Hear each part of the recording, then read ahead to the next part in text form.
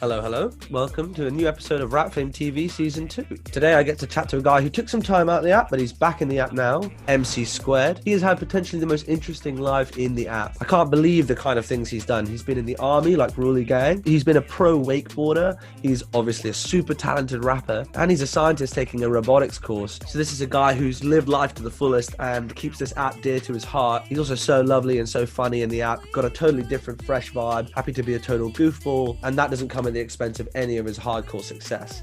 So I'm super excited to chat to him and get to know a bit about how all of his life experience has helped him as an artist. So let's get chatting to Se.2. Why am I always coming with the gibberish? Flutter in my liver lips, running to deliver this. Hocus pocus, phone diarrhea. Oh shit. What up, man? How you doing? Good, man. How you doing, bro? Not bad at all. I always like to start by asking guests about their name, but I also know recently I found out you're doing robotics. Can I guess that your name is inspired by Mr. Einstein in like the science world? Absolutely. Einstein's awesome. I mean, I love them all. Einstein, Tesla, even the ones that got a bad look. But recently in school for robotics, and not only that, but it fit double time because my last name is McCabe, MCCABE. So it's like, I'm an MC, I'm MC2, I'm in robotics. It just all kind of notched up. Oh, wow, that works perfectly. MCC, I love it. How do you find the science world and the rap world mix? Have you ever found any crossover, or are you just the only guy in the middle? There's an artist on here, he raps, beyond scientific. I think it's like Eighth Wonder or something like that. A dude talks like way more scientific than I get. So I feel like a scientist who kind of takes off the lab coat and then kind of just becomes a goofball and gets on the mic. Yeah, I try not to throw too many scientific words because people just be like, what? Like, what, did he look that word up on Google or something? All right, that's right. Give me the mic device and I'll entice advice. So I think there's going to be a theme in this because there's so many different interesting things you've done in your life. I'm just so interested to see how all these things can come together. Correct me if I'm wrong, but you're a US Army Cavalry scout who went to Afghanistan, isn't that right? I joined the Army like most people in my life was just, and about to go the wrong way. So I hopped up, joined the Army. And because of certain police circuits and stuff, you have to either join combat or they're not going to really let you go in. So I became a Cav scout. I got to be in Germany, which was awesome, right? A bachelor and living in Germany for 3 years.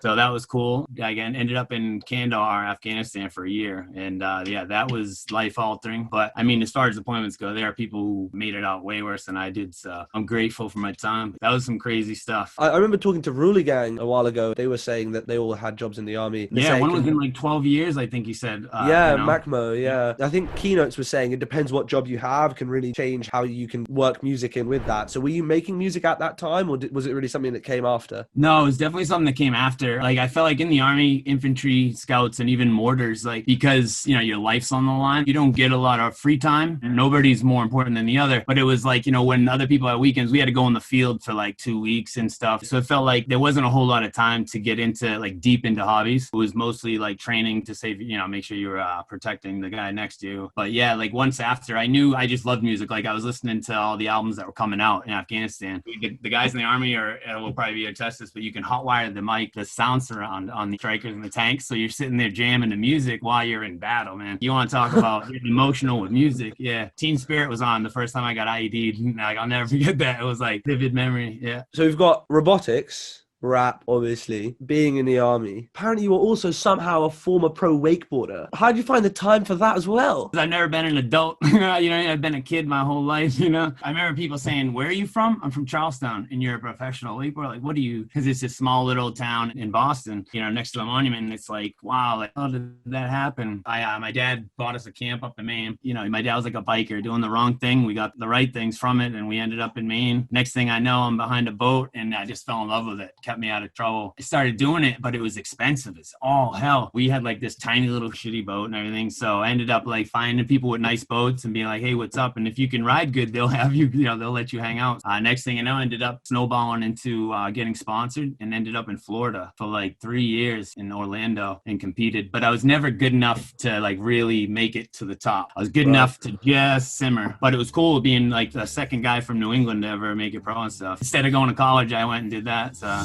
All right, let's go. Throw me the mic. I'm gonna flow till I blow. All right, man. Let's talk about the app. So, you're taking it by storm. You come back recently. You got 20 featured tracks. How did you find the app, and where were you in your crazy life when it came about? It was weird. I was actually coming home from seeing a psychiatrist, right? Which sounds crazy, but whatever. I put myself out there. Hopefully it helps people. That's what helped me. It sounds vulnerable, but it's what it is. You know, like sometimes you need somebody else to talk to you. So I'm coming home feeling a little revived. Old hobbies just didn't have the same feeling. Color didn't have the same vibrance. You know, I'm like, man, whatever. Let me find some music to listen to. But I find Rap Fame, and I'm like, what is this? You know, and like the icon just stood out. So I clicked on it, and I'm like, oh wow, I can make my own music. And instantly, it didn't like tell me about the app. It just said, let's make music. Bang. Okay. I made this song. I'm like, what do I even talk about? I don't know. Wow. Like it felt great. Got it off my chest.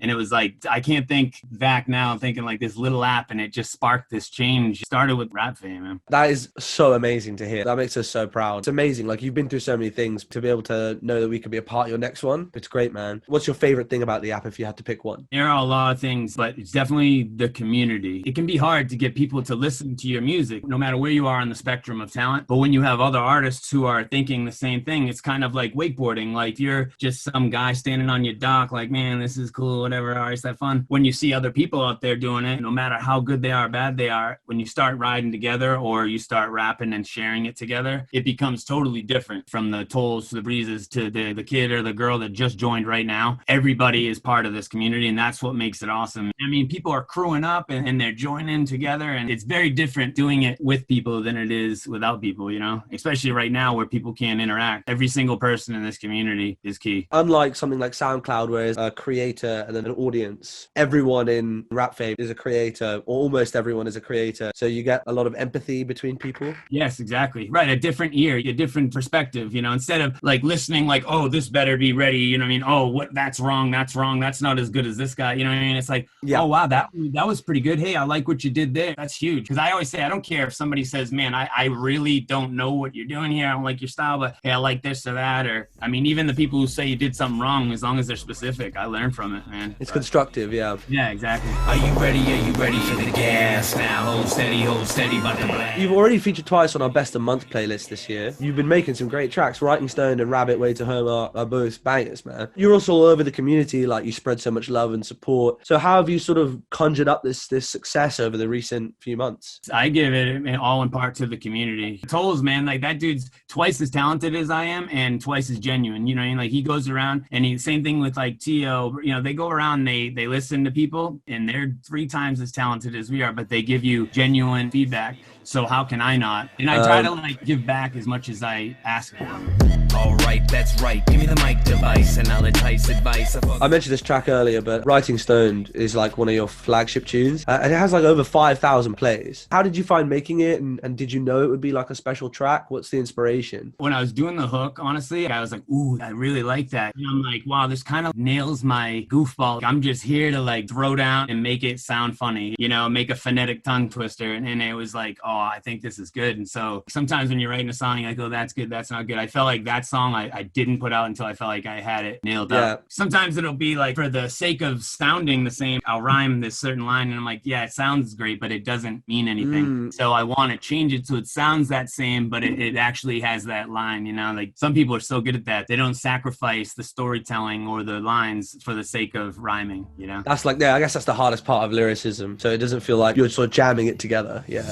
All right, let's go. Throw me the mic. I'm gonna flow till I blow. You mentioned it, but in Writing Stone, but in general, you have such a fun comedic style. So is that something you like actively try to construct? Because a lot of the people in Rap Fame, even the brilliant people, never dare to be funny. It can be such a risk. So is it something you feel really confident doing? Is it just part of your goofball nature? Absolutely. I would honestly feel more uncomfortable trying to sound tough. You're tougher than most, man. But it's like I came here to lighten up my world. So, you know, no matter how much contrasted style I see, I will stay on my end. That's what's the greatest thing about the community. We all offer differences, but yeah, I think it comes naturally. I am a super goofball. Like one of the lines, I think it was like, you know, I'm a goofball, never been too tall, and I'm loose as a goose, rocking boots and a blue shawl. You know, that's how I feel. No, I love it. Yeah. Shower curtain. You know what I mean? I'm that dude at the party just trying to make people laugh. So I can definitely tell that's definitely coming across. Are you ready? Are you ready for the gas? Now hold steady, but the blast. My final question for you, and you don't have to answer this. But do you have anything exciting in the pipeline you can give us an exclusive word about? Absolutely. So I met up with the DJ producer there at COVID-19, and he's kind of like teaching me a lot about the music game and everything. Like he's, been in it and doing shows and everything. So, it's kind of soaking up everything I can with there, and then kind of trying to put together like a real good, I think he called it an EP, 5 or 6 tracks, and then to try and, really put something together and then put it out and try and take the next step. And I do have a website. It'll be out there for everybody. This community will always be close and dear to my heart, no matter what, no matter what platform I'm on. These people will always be my people. Don't forget us when you're really famous. Yeah, right. No way, man. Like this app's gonna be famous, dude, for real. What TikTok did for Old Town Road, All right, that's right. Give me the mic device and I'll entice advice. All right, so it's time for the quick fire round. You know the rules. You got to be quick and you got to be honest. All right, let's go. That's all I can be. All right, your time starts now. Horror or comedy? Comedy. Biggie or Tupac? Tupac. Beer or wine? Beer. Fire or ice? Fire. Car or bike? Bike. Adidas or Nike kicks? Nike kicks. Bacon or sausage? Bacon. Star Wars or Lord of the Rings? Ooh, Lord of the Rings. Ooh, I thought the TIE Fighter would convince you. Peanut butter or Nutella? Nutella. Jay-Z or Rick Ross? Jay-Z. Movies or TV shows? Movies. Batman or Superman? Batman. Rap Fame or every other app in the universe? Easy, come on. TikTok or YouTube? YouTube. Oh, you just got that in time. Oh, And nice. I can tell you that you broke the record. Really? You go to the top of the leaderboard with 14, man. No Yeah, kidding. that was quick, bro. Congratulations. Right on. You can make Yeah, you leave Breeze behind in your wake now. Damn. Yeah, only enough. I don't know, you could probably out wakeboard him. Yeah, well, that's true. Yeah. I figured like all these other great athletes can play all these other sports. I'm going to go do this where nobody's doing it. You have an unbelievable list of talents and it's been so lovely to chat to you. So hopefully we'll get to talk again. You know what? Just keep releasing great music and I'll be so excited to hear more of it. Likewise, man. Keep doing what you're doing. It's enriching to the app huge. And for sure, I'll be here doing what I'm doing, man. Cool, man. All right. We'll chat to you soon. Take care, all. Why am I always coming with the gibberish? Fluttering my liver lips, running to deliver this. Hocus pocus, phone diarrhea, oh shit. Just like I predicted, that was an unbelievable story. He had sporting success to keep himself out of trouble. He went to the army and lived, probably one of the hardest lives he could. Now he's looking to be a musician professionally, and he just seems to have such a smile on his face. So I can't believe the app has had such an impact on someone who's lived such a full life. And definitely in turn, we're very lucky to have him because of the joy he brings onto the app. I certainly felt very lucky to unpick his brains, and I hope you guys enjoyed hearing it too. And I'll see you next week for the final episode of season 2 of Rap Fame TV. 1 out of a million can't copy my lane. Coming for me, I'm on top of my game. Haters get mad when they get left out. You stuck with the bag. I'm headed to the next drop.